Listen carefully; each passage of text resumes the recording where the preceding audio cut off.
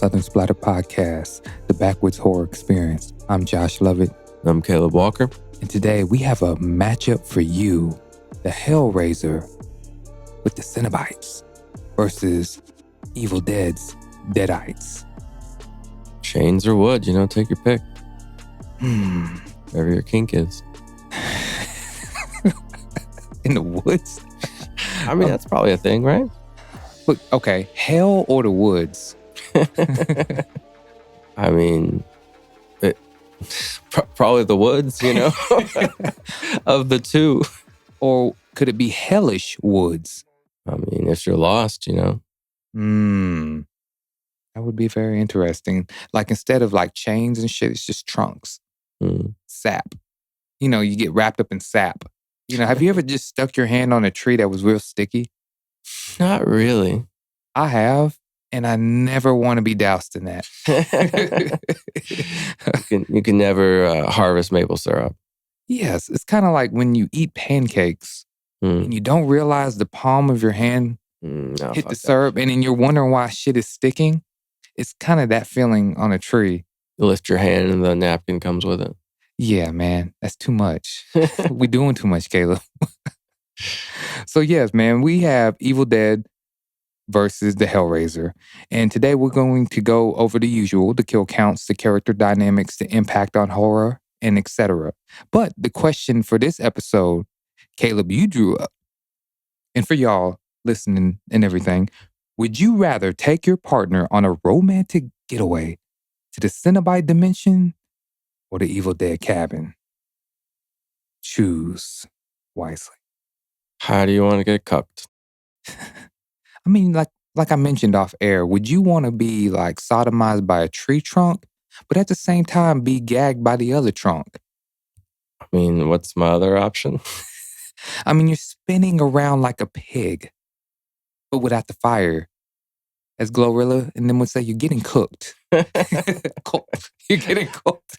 I mean, if I have a choice, I'd probably try to not do that. So you just rather go through the mouth and out the booty and get planted like a flag. I salute you. So once again, that's the question right now at the beginning of this whole episode, but let's get into it, man. So what made you come up with this, man? I know we talked about it, but what made you solidify this? Honestly, we're running out of franchises. I was like, you know what? Fuck it. We'll do this one. They are the least alike of all our choices. They're the most different. Because like I told you even off air, Michael Myers was intended to fight Hellraiser. Yeah. Or Pinhead. That'd been a weird one. Pinhead would have won though. Yeah. I just don't see how Michael could defeat him. I mean, he wouldn't even you think he'd actually scream when the hooks were going into him? Or think he'd just stand there as it gets flayed? My question, because when he does that, like Hellraiser with the chains, it's supposed to sexually please you. Yeah, it's a little bit of pain, pleasure kind of. Right, so does Michael get hard? I mean, he chases Lori around, right? That's his sister, though. Yeah, you're right. Let me take that back. But I'm going to say this, he did chase one woman. Jason chased many women. I remember I seen a meme about that. He says, you went through the series killing tons of women, and I just went with one. I mean, there's a few more than one, but one main one. One main one. That's his main chick. Yeah. Everyone else, they don't mean anything. No, they sure don't. Just side kills. But that would be very interesting. But due to the rights of New Line and Dimension, they couldn't come to an agreement. And then it would have been a Clive Barker and John Carpenter directorial issue, in a sense. Is because, like I told you, John Carpenter wanted to direct that. But then Clive Barker has a cultural icon too. And nobody wants to infringe on each other. I'm going to have Michael Myers win. Of course, if I'm John Carpenter, I would make my character win. But in actuality, that would not happen. Yeah, I mean, with what happened with the Hellraiser franchise, they couldn't make it worse. You know what I mean? Damn. It did kind of go off the rails. Now, what franchise went more off the rails? Friday the 13th or the Hellraiser? Hellraiser, definitely. Really? You think? They're very loosely connected. Very loosely. Like at least the other one, like they're pretty much the same throughout. But once you pass 3 on Hellraiser, like completely different. It's kind of like Wrong Turn. Remember, there was a lot of wrong turns and we just kind of... Yeah. Well, even that was still more similar than this. I mean, that's still people in the woods getting killed. And this is just like the Deader one where it's like the reporter and she's looking for the cult that like comes back after death and shit. Oh, yeah. Yeah, I remember that. Like I actually kind of like that one, but it's very different. You know what I mean? It kind of goes with the Halloween series, almost. The whole concept, the one, I guess it was Halloween 6 with Paul Rudd. It kind of, like the concept of Michael Myers in that one, to me, wasn't awful because that made him supernatural. Yeah. You know what I'm saying? Jason, was it Brooklyn? He was supernatural. That shit where you were climbing up the ladder and he was there. Like the one where he gets his mask pulled off and he's like a skeleton face. That's where it's like, okay, you're not a person anymore. So it's about what, 5 or 4? Yeah, one of those. So man, but yeah, man. So like, this is what we're going to ask y'all today. Imagine a showdown between the Deadites and the Cenobites. Before we jump into the killer analysis, who do you think would come out on top if we decided to use Ash, right? As the one being possessed by all of them. Or we could think of a sorcerer or something that was in Hellraiser, you know, because of course people in Hellraiser. But in this instinct, Ash, what tricks would Ash use to survive the battle? I mean, is he possessed by the Deadite? Many, you know, because you could chop off his head and stuff, but you know, sometimes they can come back to life and still be talking and moving. But we're considering that the Deadites put everything into Ash, and we know Ash has fought demons and fought anything you could possibly think of that has to do with hell. And he would be the best candidate, I feel, for this scenario because the Cenobite, the chattering teeth one, who looks like Resident Evil Nemesis or Nemesis looks like him, Ash could take him. If there was a concept to where they can physically get their head chopped off or they can physically die without the whole otherworldly, which I know that makes them special, but we're talking about possessed Ash. So he can fly, he can do all this other stuff too. So I think that would even out the odds a little better. All right. Possessed Ash can handle the Cenobite torture so good that they get tired. And then they're like, all right, here, we'll switch then. Let me show you how it's done. And then suddenly they're getting tortured. I could see that though. Yeah. Just flips the script on them. It's like I told you, like Gogeta. You got Vegito and you got Gogeta. Vegito would be Ash that's saying that.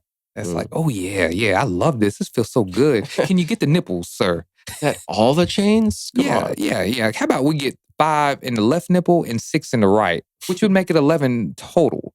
Make sure to go through the balls. Let's add that too. And I would like the Prince Albert piercing as well with that. He's not in a can today.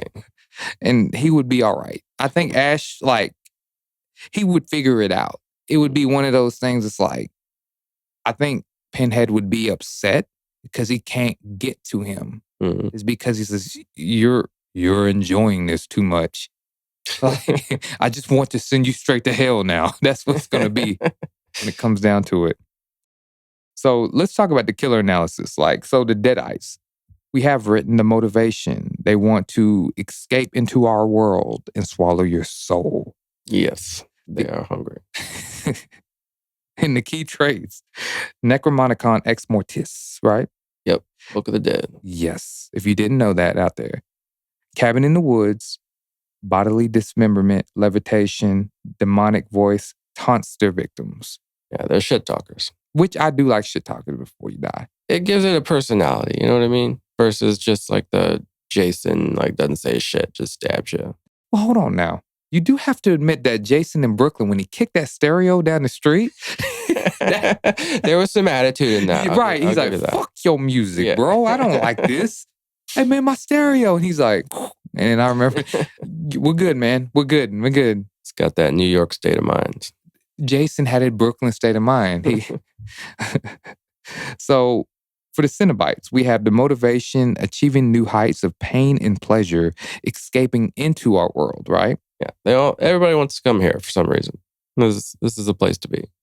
This kind of sounds like America, right?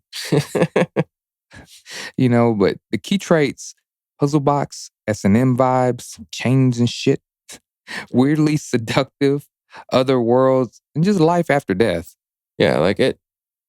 I feel like the first three don't exactly have the afterlife overtones. Like it's later where that kind of works its way into it.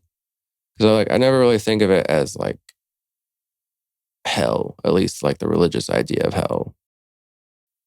But that's what I was watching the Judgment today, actually. And that's straight up literally what it is. Like it's someone getting judged for their sins. When I look at the Cenobites and I look at the whole S&M concept, right? Because as I was reading, there was a lot of thought to put into the character. Oh, yeah.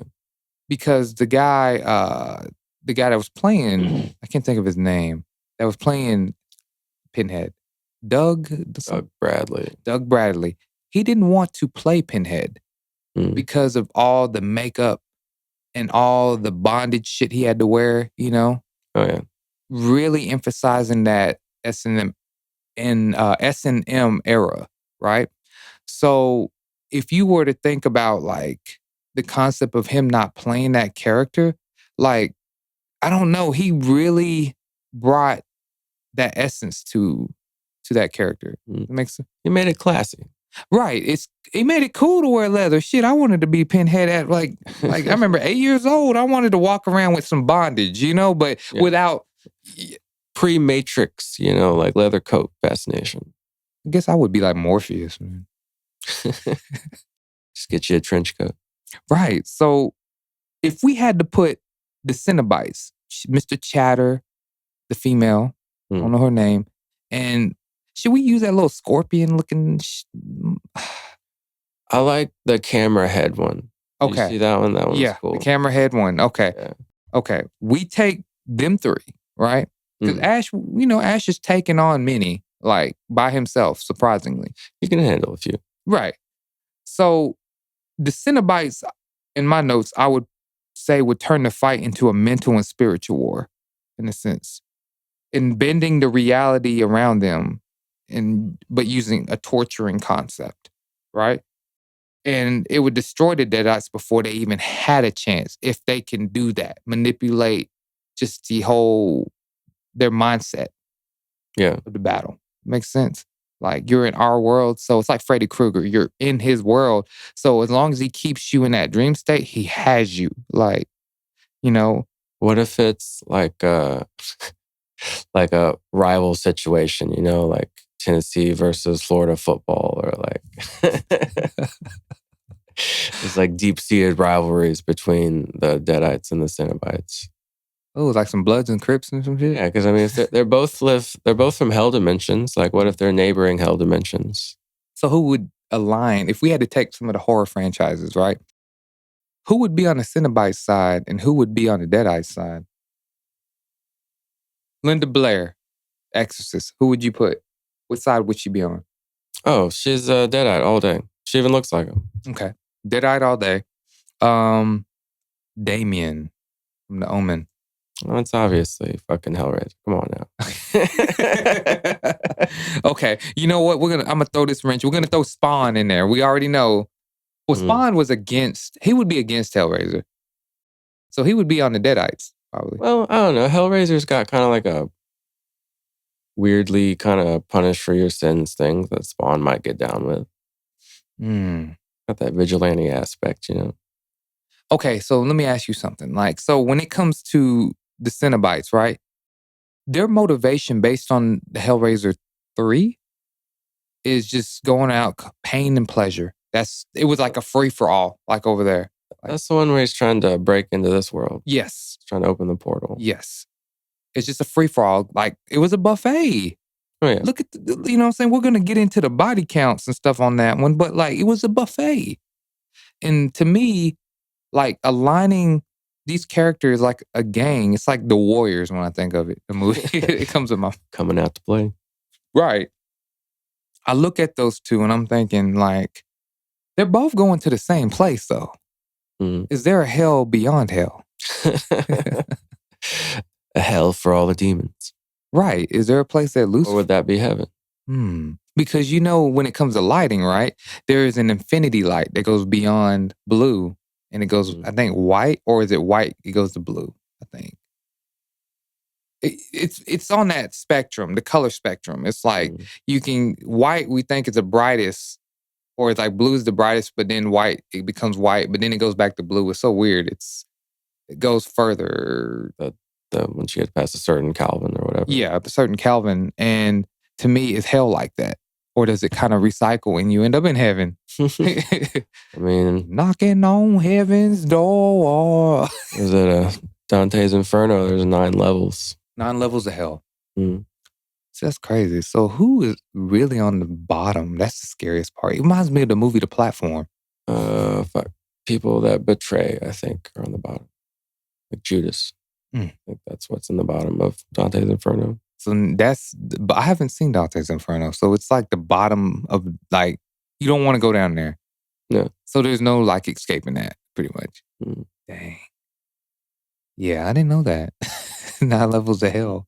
Wouldn't that be something if you had to go to hell and you're like, well, you're going to hell, but it's on the first level. So you'll be all right. You won't be burning, you know, all that stuff. Not too bad, you know. Right, all that stuff. Think of like standing near a fire and just dipping your elbow into it. Like, you know, that's... You're just like getting your balls waxed for 12 hours a day. You're not getting flayed alive, you know. Or just eating like Takis nonstop. And you have heartburn at the same time. Yeah, that's level 1, man. Just Pepsi and Takis. I always see like Brad Pitt and Matt Damon over there. It's like, dude, what are y'all doing down here? It's like, well, you know, I don't know. It's kind of like, this is it. That one of those, this is the end type of shit. Like I would see like Seth Rogen or something, or James Franco. Yeah. He'd be like, well, hell's not that bad because James Franco, you know, he's right there. It's like, well, you know, we got weed. It's fine.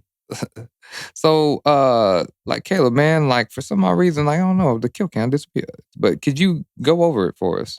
Motherfucking Evil Dead, 1981, we have 4 kills. Evil Dead 2, we have 6. That's in 1987. Then 1993, Armored Darkness has 38. R.I.P. all those soldier guys. 2013, we got 6. And 2023, we got 10 with a total of 64. And I'm not going to read all the fucking Hellraisers because there's like 11. But what's the total? It says total is 477, thanks to 1992's 358.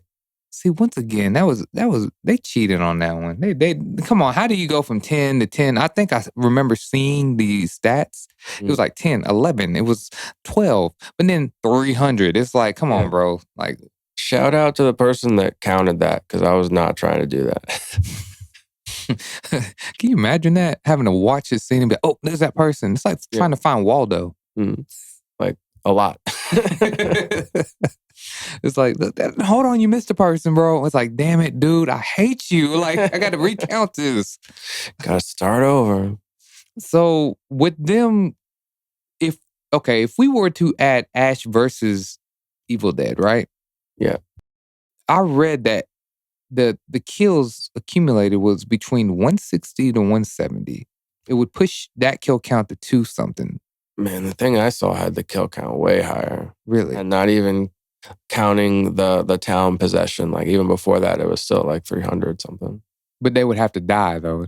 You know, sometimes not counting that, it was still over 300 for the other seasons, or like the other episodes. Dang. So that would actually put it pretty close.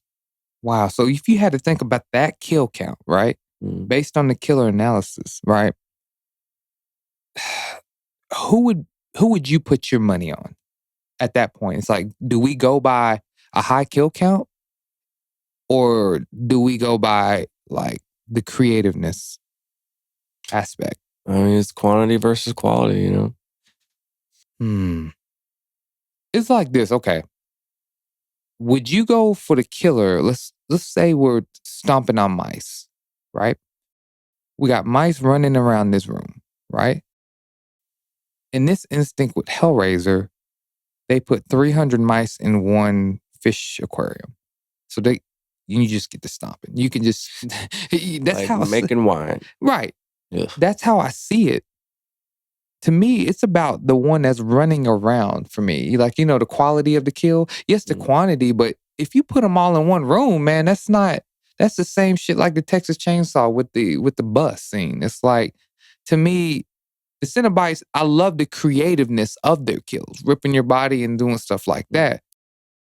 Like puts the face together as like a little puzzle. Ooh, yeah. Eye like blinks at you.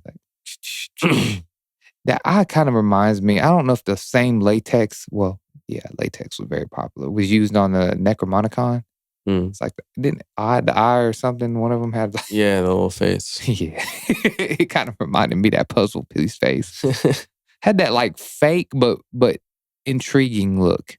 You know what I'm saying? It's like, ooh, I want to put my fingers on it and just like touch his eyeball. Are the teeth sharp? Probably. You know, I have a fascination, man. I'm gonna throw this out. So when I was a young kid, man, I used to pluck my eyelashes, dude.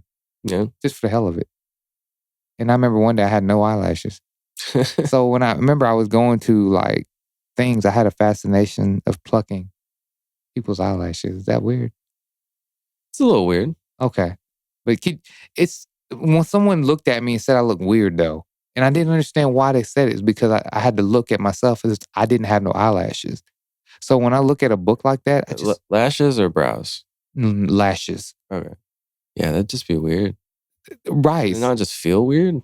I wore glasses though. So it protected, I guess my glasses amplified it. Yeah, I can see it. Okay, so you can see it. So when I look at that book, I just want to, I don't know, I know it's got tiny little eyelashes in there, so I just want to. Just want to pluck it. Fuck. It's like, get them tweezers out, bro. But dude, I was so skilled, I did it with like my fingers. Literally. No splinters on this motherfucker. Exactly, dude. Unlike my beard, that shit be causing splinters, man. Gotta rip them out. Yeah, man. Gotta put some conditioner on it, man. So, like, your money, now keep in mind, we got Ash, right? That's the cunning, resilient character, right? That the Deadites are possessing. Because, yes, Ash is the Vegito, I would say. Against the Cenobites. To me, I think he would figure it out. He would do like some just crazy shit and then be like, oh, just chopped off his head, but I didn't mean, I was trying to chop off your head. But somehow the chainsaw leaned out. He realizes that that's what they want, so he gives them a hug instead. Because he can't really die unless you like chop off his head, right? They can die by incineration and complete... How is it? Homie in 2 turns them back into humans, and that's how he kills them. Which I never understood why he went back to the cabin. Oh, you don't... just ignore that one. That one doesn't happen. Like, they totally throw that out of the story. Okay. So he never left then? That didn't happen in the second one. Like, they just started over, like a new slate, you know? Because he's going out there for the first time. Man. They basically just took the first movie, took out the extra characters, and then made it 20 minutes, and then added the rest. Yeah, something... That's like they just recycle a story like that. Yeah, dude. They pretty much do the whole first movie in Act 1, and then they just keep going. So I guess the question is to the audience, how many cameos throughout the Evil Dead franchise did you see Sam Raimi come in? They said he played Possessed. He had a part in playing the Possessed Ash in the second one. Oh, okay. And did you notice? I can see it. Another fun fact of that, right? So did you notice in Evil Dead 1, right? That there was a Freddy claw hanging over the door when he busts in the door and says his famous line. I didn't notice that, but I noticed when they're getting the tape from the basement, there's like a corner of a Hills Have Eyes poster. Okay. And then Nightmare on Elm Street played number 2, I believe. Evil Dead 2. Yeah. Yeah. And I think the main character, what's her name? Can't think of her name. The daughter. Yes. Yeah. She was watching it, I think. And then it showed Evil Dead Ash in the face of like groovy. Like kind of. But yeah, I threw that in there because I just noticed the Freddy Claw. Someone mentioned it on Instagram. And I said, holy shit. I looked at it. I was like, they were really throwing shots at each other. It wasn't shots, or they called it inspiration. But motherfucker, you threw a shot at me, bro. You took one of my raps, my bars, bro, and reworded it. Diss track of the century, bro. Can you imagine that? Making a movie. If we made the movie The Hit List, right? And someone's like, oh, I'm a mess. I'm a mess with it. Like, shout out to Aka for playing the demon in that. But like, they do the same demon and they do the same mouth scene. Or you just see the demon walking around like on the walls and shit, but it looked like Aka. I'm gonna be like, yeah, we're gonna have to talk after this. Like, how do you resolve that type of beef? Dude, I finally saw that, was it Malum, the last shift kind of spiritual successor remake thing? Yes. It was like the remake of that police station. Yeah, The Last Shift. Yeah, The Last Shift. Yeah, I didn't read enough about it to know how connected it is to the other one, but like, I don't know. It's funny. It's like when two people do the same story, you see how different they can make it, but it's still basically the same thing, but also not. You know what I mean? Right. That makes sense. It's the exact same story, but it's a completely different movie. But it was both of them were pretty good stories. I liked them. I love that movie. That movie was like very creepy. The Last Shift, late at night, could you go to sleep with that playing, or Sinister? I'd probably do The Last Shift. Just keep the volume low because it's pretty quiet through most of that movie. Okay. So, because Sinister, what is it about that movie, man? I don't... The sounds or the song that plays when he's watching the tapes. The Mr. Boogie. Yeah. Okay. Yeah, that shit does get to you. Either that, would you rather hear that sound or the ring sound? That sound. I don't like the high pitch. Yeah. But I also hate the American Horror Story fucking intro. Yeah. Oh, yeah, the first one. Oh, is it all? Because the second one, did they keep? It's like the same, but it's different. Okay. I was about to say, because I don't remember them all being like that first one, the house, Hell House or whatever. Yeah, that one. Yeah. I still remember that. Shout out to Evan Peters on that one. So let's talk about the box office aspect. So with both franchises taking very different paths at the box office, what do you think it says about the evolution of horror? DIY and gritty versus polish and provocative. So now we're going to go into this segment. Let's talk about Evil Dead. It was released on October 15th, 1981. Right? Distributor New Line Cinema, theaters 15, opening weekend gross $108,000. Total gross $2.6 million with a budget of $375,000. Woo. Yeah, like, what is it? They did like a screening and something happened and then they didn't want to release it. But like somehow Stephen King saw it and like got the studio to put it out finally. Because it was done for like a year before it got an official release. Now that's crazy because I was also reading that was Evil Dead 2. That Stephen King, I thought, came in because they couldn't finish it. If I'm not mistaken, I forgot Dan LaCroix, some of his name is, but they were trying to get it funded through Embassy Pictures. And then it showed, and they could never make it past pre-production process. And then I believe Stephen King was a big fan of the first one. Yeah. It was the second one, if I'm not mistaken, because he said that, he put his grace on the second one because of the first one. Yeah, it makes sense because like I think there's 6 years between them. Right. So, I mean, most other franchises, like the next year is when the next one comes out. This one, they had to wait a minute. So I guess because of the low budget on Evil Dead, right? I feel that there was a lot of DIY indie filmmaking styles in there. We say a style, but the practical, the effects, It all comes down to your makeup artist. and the practicality of just the set itself and just the characters. But I would have to say overall, like Evil Dead the storyline was innovative. It was progressive because it was based on the book. Although Hellraiser has like a puzzle box, right? I feel that it really revolved around the book, Evil Dead, and just the seance that you would speak. And it could sell. As you see, it was able to progress to Mia and Janet, that as being the main characters. Like Ash could do it, but we always had the same Hellraiser until later on. He changed, dude got old, and then you had the female Hellraiser on Hulu. She was pretty good. I liked her. Did you? Okay. People had mixed reviews. I saw it. I think maybe it was a story I wasn't a big fan of. Like, she got them all to turn against, or like, I remember they were all trying to chase after her, and then the gate and shit. It's been a while since I've seen that one. Yeah. I don't know. It was all right.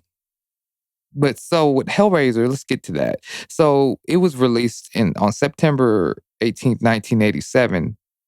Distributor Entertainment Film Distributors, theaters, 1,097.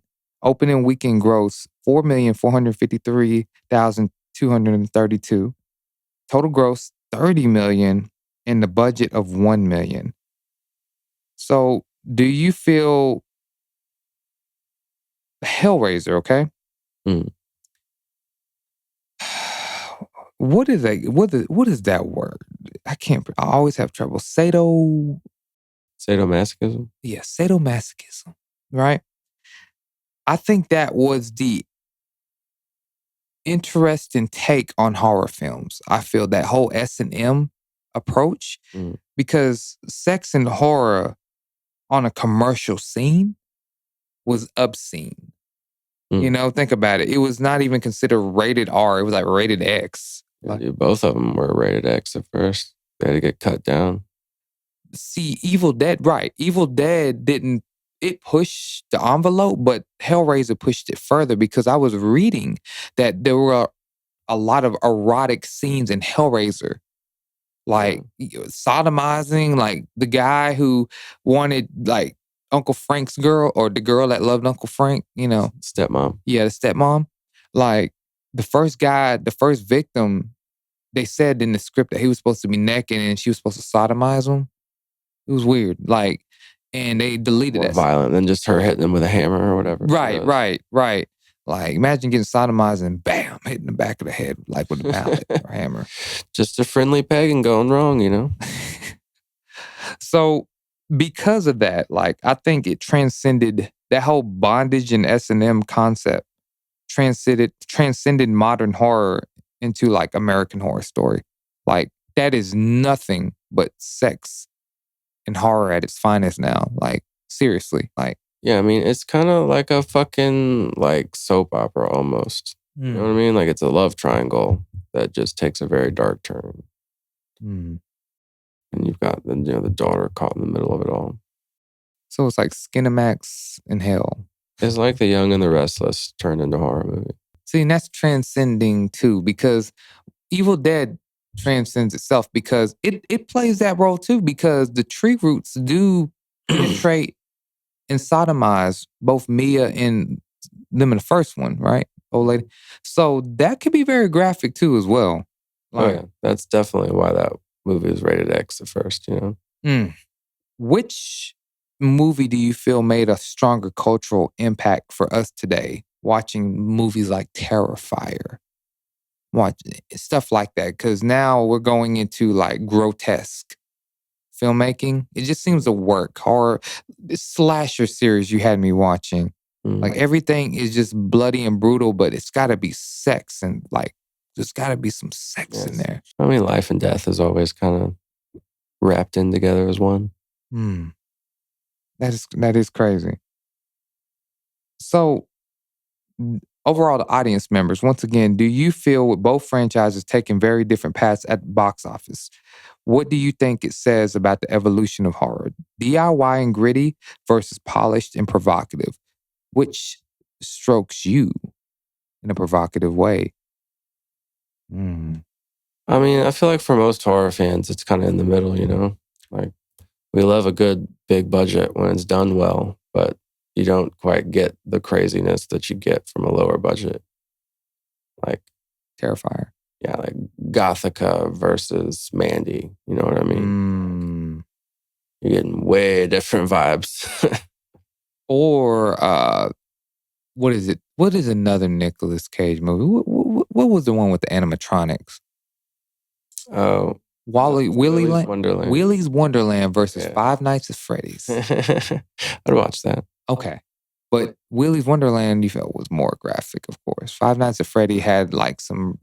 Five Nights at Freddy still was trying to get that, you know, like 10 to 18 market. So they had to stick in that realm.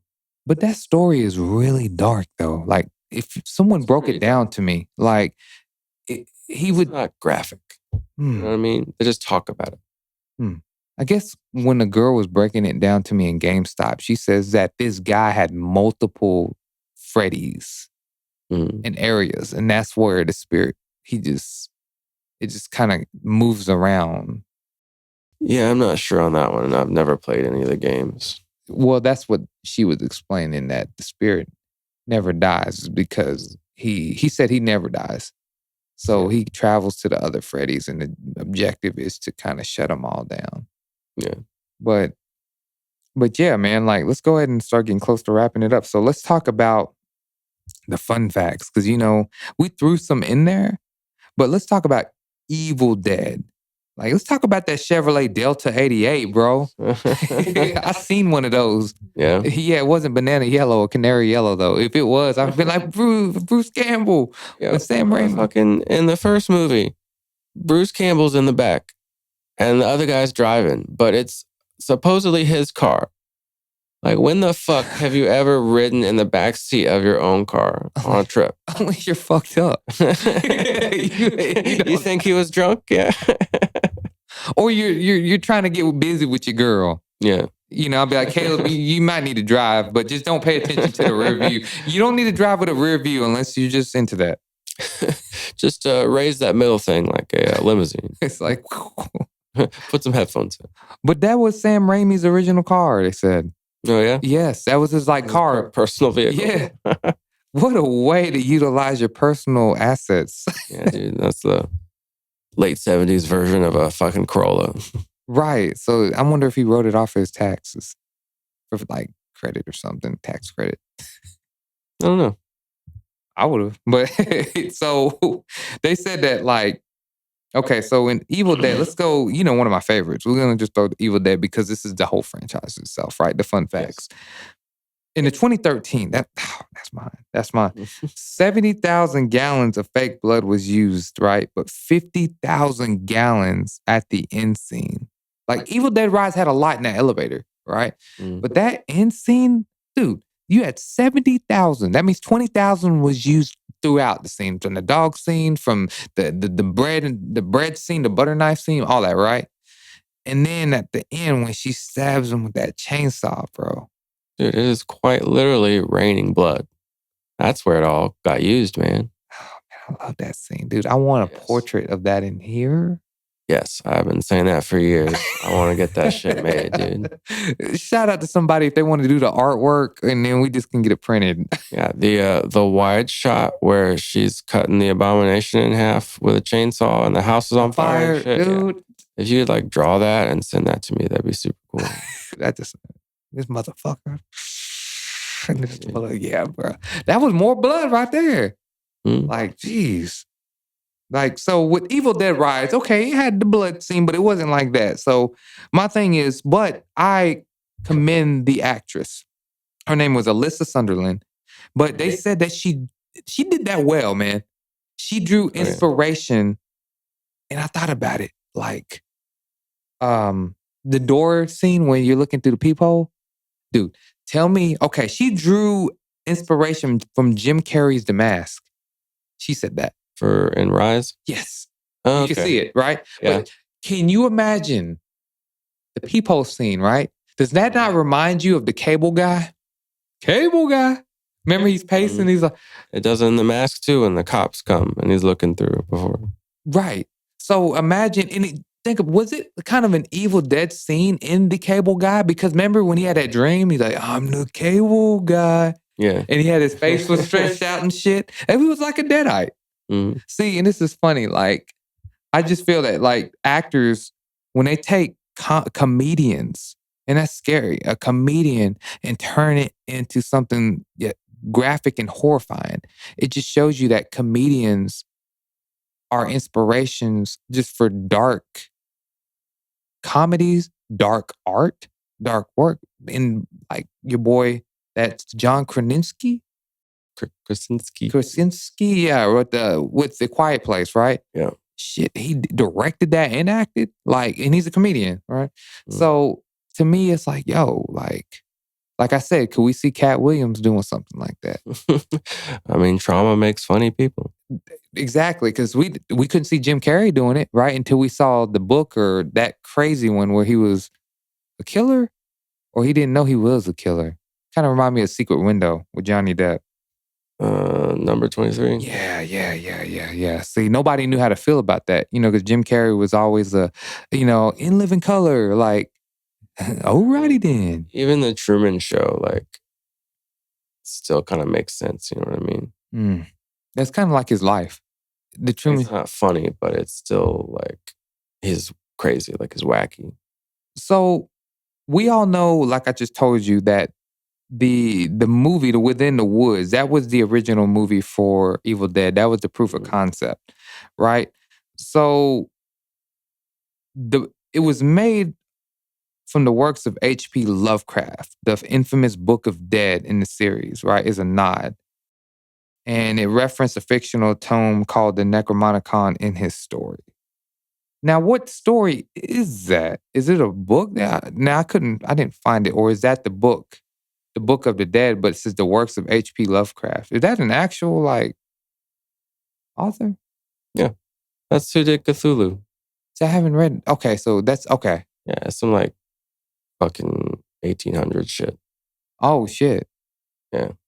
See, because right now we got Stephen King and R.L. Stine. Those are like the godfathers of... Yeah, I know. H.P. Lovecraft is pretty much the godfather of like cosmic horror and shit like that. Has no relation to the show Lovecraft, huh? I would assume they were inspired by him. Oh, wow. So they said the decision to replace Ash's severed hand with a chainsaw in Evil Dead 2 was made late in production, but became one of the most iconic aspects of his character, which that's... Yeah, just imagine if they hadn't done that. What would he use, man? A machete?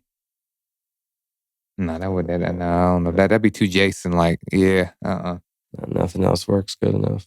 Someone said, just use this chainsaw. I wonder if it was just lying on set and it's like, dude, just use that. Well, he puts the little thing right here so he can like rip it. Yeah. So he can do it with not use the other hand, See, back in the day with them two, you had Bruce Campbell and you had Sam Raimi, right? They still clown on each other because Raimi pushed Campbell with the freezing temperatures and excessive fake blood, and they maintain that friendship, right? Oh yeah, dude. Like when he falls in the puddle and he's just like laying there with his head underwater for like a few minutes. It's like fucking like a mud puddle. And we think James Cameron is bad.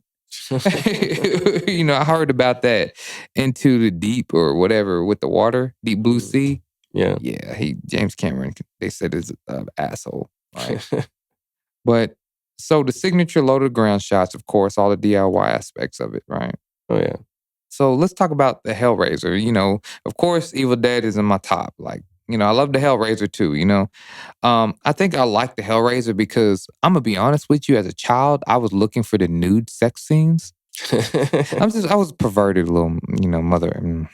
I just was a perverted one. That's why you're into horror. I did watch Eyes Wide Shut. I didn't understand the concept when I was small, but then I got older. I was like, oh, it's like Sex Club. It's like it goes deeper, like than Vanilla Sky. Like deeper than that. But Clive Barker, he did a great job, and it was based on his novella, right? Is that how we say it? Yeah. The Hellbound Heart. I have never read that. Me either. So he had little prior directing experience, but delivered a cult classic. So basically knocking it out of the park on his first job, Man, so Sam Raimi versus Clive Barker. Ooh. Yeah, that's a tough one. That is a tough one. They both knocked it out the park. Oh, yeah. Would John Carpenter pose a threat to either? If you had to put... Oh, yeah, for sure. Okay, with Michael Myers, you feel... Because John Carpenter did the music. He did everything with... Yeah, just think about the rest of their work, like their whole body of work, you know what I mean? Who's got the most hits? See, but it's crazy because in the Hellbound Heart novel, Pinhead is a minor character. But yet the filmmakers expanded his role, recognizing the character's terrifying potential you have written, right? Yeah, I'm curious to see what the original is like then. Oh, man. Because the name Pinhead was not issued by Clive Barker. He was called lead Cenobite, right? So when we look at the Terrifier, we birthed the Terrifier. The people did. Think about it. No major production. It was the people that helped bring birth to the Terrifier, right? It's kind of like Pinhead kind of does that because his name wasn't Pinhead. Who said, you're going to be Pinhead? Like, we all just said Pinhead. But who said... the guy with all the pins in his head. Right. But who says lead Cenobite? That's just... No, I'm glad they didn't go with... Nah, someone's like, oh, that's... Where's Pinhead at? Like, I can hear that. Yeah. But did you know that the actor, once again, what's his name? Doug Bradley. Doug Bradley. He is also credited as the special effects makeup assistant in most of the films after 3, I believe. Oh, because he was putting on his own mask, basically? Yes. Also, that's pretty unique, man. Like, he didn't even want to play that character. He wanted to be the mattress guy in the first one. The one that was looking at the ass of his daughter. It's like, yeah, dude. He wanted to be that dude. But he ended up being Pinhead, and what I did like about Pinhead, though, is that unlike the Necromonicon, I loved how they went back into the story with Pinhead, how he was that military veteran. Yeah, kind of humanized him a little bit. Yes. But then what didn't make sense to me is like, you would make him the leader. Because the box was around for history. It was around during the times. Like, I'm sure he wasn't the only one. Yeah, I mean, like, the dude gets it from like a fucking like weird little shop in like Thailand or something. Right. And then it's there again at the end, which doesn't make sense. Right. With the way the second movie goes. Right. So what would make him Pinhead and the leader? I never got... That's one loophole I never... He didn't earn the right. Right. Everybody... Oh, Frank, man. That motherfucker... I mean, besides him escaping and then getting his body ripped again apart, it's like, yeah, you could have been Pinhead. He had the best traits. I love Doug Bradley, but... Frank was a motherfucker. He really was. He was a motherfucker when he was alive, and he was a motherfucker after. And he still fucked his wife after. With his skin falling apart. Dude is like seriously, dude, I don't know, his game. Grimy ass motherfucker. It's like watching, when I see Frank, I would say that's John Stamos gone wrong.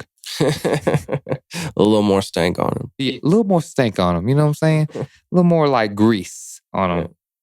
So, for all the Evil Deadites out there, and the Cenobites out there, fans, what's the wildest Evil Dead fact you've ever heard? And with the Sam Raimi, was it the Freddy Krueger glove showing up as a nod to Nightmare on Elm Street? Or the 70,000 gallons of fake blood? Like, is there any more facts out there? Just let us know and leave it in the comments, Just some deep dives. Deep dives, and you will see. So, man, like overall, man, I enjoyed this little segment, man. We got to wrap it up. Yeah, I don't think there's a clear winner on this one, honestly. I would put my money. I'm an Evil Dead guy, so I'm going to put my money on Ash. That's fair. You know what I'm saying? I'm going to give Ash his chance, man. And I think he would do fairly well. Yeah, he'd escape the chains, you know? He'd figure it out. Like, you know what I'm saying? So we talked about, of course, the Deadites versus Cenobites battle. Deadites are soul-swallowing, body-ripping, taunting creatures. Cenobites being the masters of pain and pleasure, bending reality and torturing souls. But Ash's role, the resilience is the key, right? And to me, Ash might use the lament configuration to send the Cenobites back to hell. That'd probably be what he'd try, you know? He would try it, right? And the Deadites would be like... He'd probably fuck it up, though, you know what I mean? And send him to hell. Yeah. Like he'd do the puzzle box wrong or some shit. And then he'd get sent to hell and they'd get sent to earth. Or he could slice his finger. And be like, damn it. It's just like the whole time he's trying to figure it out, it's like slicing his finger. He's like, oh. He's got a wicked splinter. So, of course, the box office and impact we talked about, like Evil Dead starting with a low budget DIY approach, focusing on story and creativity, allowing it to evolve with new characters like Mia and Janet, right? Yeah, I'd say the bigger budget definitely shows in Hellraiser. Okay. But even now, all these years later, like both franchises are still continuing. So, I mean, they both won, I guess, in a sense. Okay. And of course, we talked about the fun facts. And let's go back to the question of this whole podcast, right? That you have written. Yep. Would you survive a weekend at the Evil Dead cabin or dare to visit the Cenobite dimension? See, have you seen the Rick and Morty episode where they're making fun of it? No. If it's like that, then I'd go to that one. Mm. But if not, then I'll stick with the cabin. You know, I feel like I've grown up, you know, in the woods, so I'm kind of it's more at home, you know. Mm. It is the backwoods horror experience here. Southern Splatter. Yeah. It is in the name. Yes, and we have ended the first season. Yeah, dude. Motherfucking mic drop. Yes. No, I'm gonna give myself a clap, dude. The main character just got stabbed and the credits rolled. You have to wait till next year to find out what happened. But then we do the Marvel thing, where after the credits, we're gonna come back and be like, "Gotcha, bitch." Yeah. JK, dog. JK. But no, like, so for everybody just watching this, like, what's the wildest Evil Dead or Hellraiser fact you've heard? Like, please, like, let us know. Comment below, like and subscribe to all of our pages. We have YouTube, Libsyn, we have that as well. Then we have Spotify, we have iHeart Radio. Yeah, we have all of those good platforms for distribution. Instagram, follow us on there. And TikTok, I would say follow us, but we don't know. It's kind of in limbo right now. It's been extended thanks to President Trump. It says on the app if you look at it. Yeah, we'll see what happens. Right. Just don't cross your fingers, but then leave them uncrossed and try to find somewhere else to go. You know? Add us on MySpace, y'all. We'll put you in our top 8. SoundCloud. You know? Yes, you can be a top fan. Yes, we can definitely do that and get it going. But once again, I'm Josh Lovett, man. Until next time, I'm Caleb Walker. And we're out. Bloop.